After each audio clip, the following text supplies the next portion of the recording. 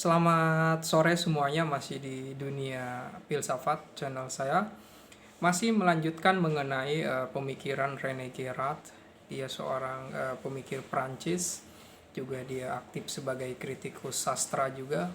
Bagi René Girard, teori Mimesis ini dia dapatkan dari pembacaannya mengenai sastra, juga mengenai tentang pemahaman teologi yang bersumber dari Alkitab, bahwa keinginan seseorang itu terhadap suatu idea itu menjadikannya memiliki suatu aktivitas dan tujuan.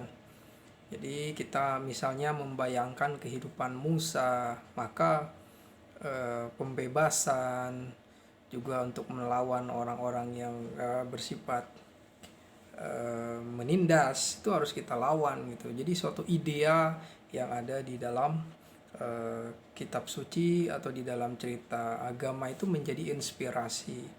Bahkan penindasan itu memang sepanjang zaman itu memang harus dilawan, sehingga memang agama akan selalu hidup sepanjang zaman, karena agama itu selalu harusnya membela orang-orang yang tertindas.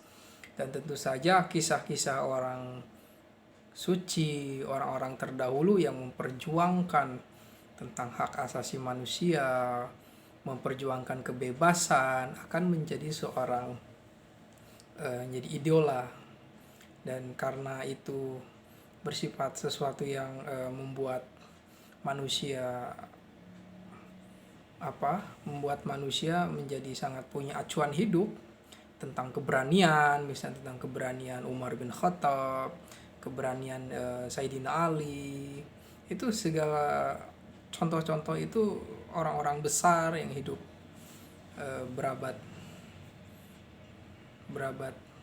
yang lalu itu menjadi sosok yang idola, dan itu menjadi suatu imaji di dalam kita menjalani kehidupan kita.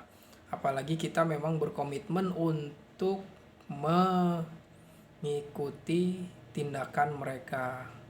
Tapi memang ini sesuatu yang positif sekali. Segala yang baik itu memang harus menjadi sesuatu yang nilai kita komitmenkan.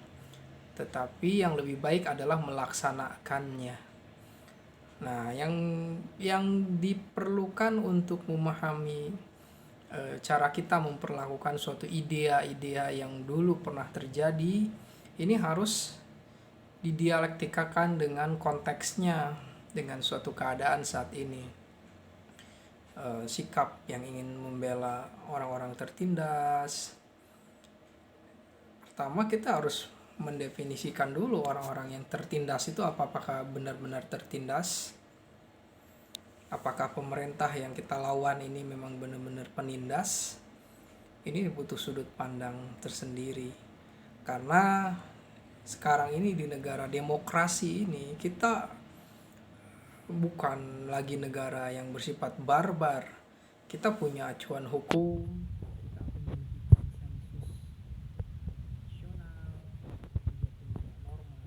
masyarakat, dan tentu saja kita punya rasionalitas untuk menentukan mana yang salah dan mana yang bersifat keliru atau tidak benar, tidak baik itu.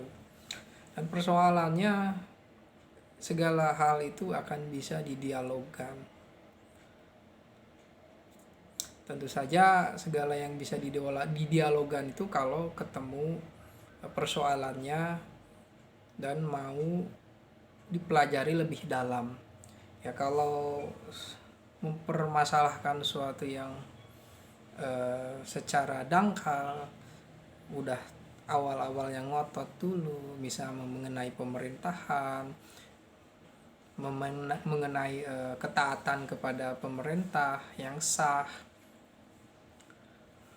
apalagi dibumbui oleh politik, ini akan menjadi sesuatu hal yang sangat penuh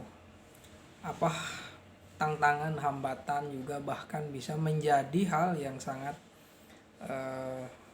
perselisihan gitu. Yang pasti kita punya imajinasi tentang suatu pemerintahan yang berdasarkan agama, berdasarkan suatu nilai, ini harus didialogkan, harus direfleksikan dengan realitas kita saat ini. Ya tentu saja berpikir itu bukan hanya untuk memapankan keadaan, tapi untuk merubah keadaan. Ada dua persoalan dari keadaan yang kita mau rubah, ini akan lebih baik atau lebih hancur. Nah di sini, yang pasti keadaan yang ingin kita alami, yang kita rubah ini bukan keadaan yang lebih buruk lagi. Sehingga memang prinsip-prinsip di dalam menjalankan suatu pemerintahan, ada hukum yang mengaturnya. Dan yang tidak setuju dengan pemerintahan, yang tentu saja kita memiliki catatan tentang baik dan buruknya dari pemerintahan itu harus rasional, harus berdata. Tidak bisa kita menyalahkan pemerintahan semuanya, juga tidak bisa membenarkan semuanya. Nah, pada sisi ini memang harus ada suatu keadilan di dalam berpikir. Dan kita tidak berparadigma membangun permusuhan, tapi setiap orang yang katakanlah memusuhi pemerintah, selama dia tidak menyebarkan kebencian untuk memusuhi, itu sah-sah saja. Tapi ketika udah dipublikasikan, bahkan itu menjadi hoax, menyerang pemerintah dengan hoax, itu tidak benar. Ini udah sangat pragmatis sekali, ingin menegakkan suatu nilai tetapi menggunakan cara-cara yang tidak benar. Tidak mungkin seseorang itu berlaku jahat selamanya, juga tidak mungkin seseorang itu tidak punya kebaikan. Pasti ada sesuatu kebaikan kepada manusia, atau manusia itu melakukan suatu kebaikan. Nah, persoalannya karena kepentingan ego, politik, ideologi, juga ketidakadilan dalam berpikir, tidak mendalam, itulah yang menyebabkan bagaimana seseorang yang kasar bisa digandrungi, bagaimana mungkin orang yang tidak mencerahkan, tidak membantu orang lain, kerjaannya hanya mengumbar kebencian, ujaran kebencian, itu bisa diidolakan. Itu bagaimana seperti itu. Tapi itulah realitas publik menyukai, sebagian publik menyukai hal-hal yang bersifat pertentangan dialektik. Ya, hal-hal tersebut karena dipicu oleh memang kesadaran dalam kritis mungkin ya terhadap keadaan. Tapi kritis di sini itu harus memiliki pengetahuan. Kalau kritis tanpa pengetahuan itu kan itu hanya kosong saja. Dan jangan anggap hal demikian itu tidak akan mendapatkan perlawanan, karena masih banyak orang-orang yang memiliki kesadaran, memiliki pemikiran, memiliki pemahaman mengenai permasalahan lebih dalam. Mereka tidak akan mendukung orang-orang yang berpikir dangkal. Sekiranya orang-orang yang berpikiran dangkal ini didukung, itu mereka hanya permainan saja, hanya akan menjadi sirkus saja gitu. Yang pasti mengenai imajinasi ini harus kita periksa kembali nilai-nilai yang ada di dalam kepala kita, tokoh-tokoh idola yang harus kita hormati itu harus kita teliti juga. Bahkan suatu ide menjadi bagian dari hidup kita, menjadi langkah hidup kita, itu harus kita periksa lagi, apakah itu yang kita inginkan. Sekiranya kita menjalani hidup dengan keinginan orang lain, lalu apakah kita tidak terjebak dengan mimesis, meniru gitu, selalu akan meniru. Nah mungkin disinilah konteks obrolan Sokrates ini sangat penting. kenalilah dirimu sendiri. Karena manusia terjebak dengan simulakra, dengan simbol-simbol. Realitas di sekelilingnya adalah simbol-simbol. Bahkan dirinya saja tidak bisa dikenali. Bahkan keinginan dirinya atau keinginan kita ini adalah keinginan orang lain.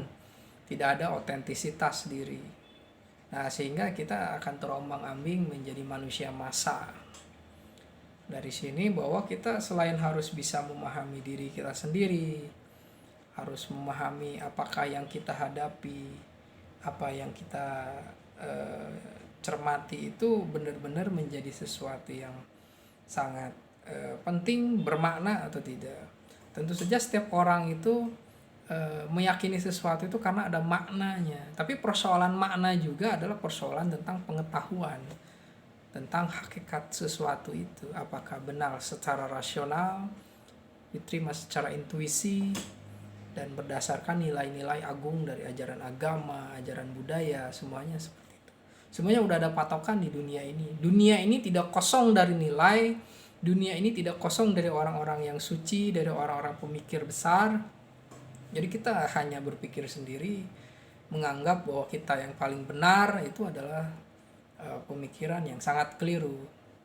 Maka dari itu kita harus tetap berusaha untuk menghargai diri kita adalah dengan memeriksa diri kita sendiri, kemudian kita berusaha menerka, membayangkan, berpikir tentang kehidupan kita secara sistematis, logis.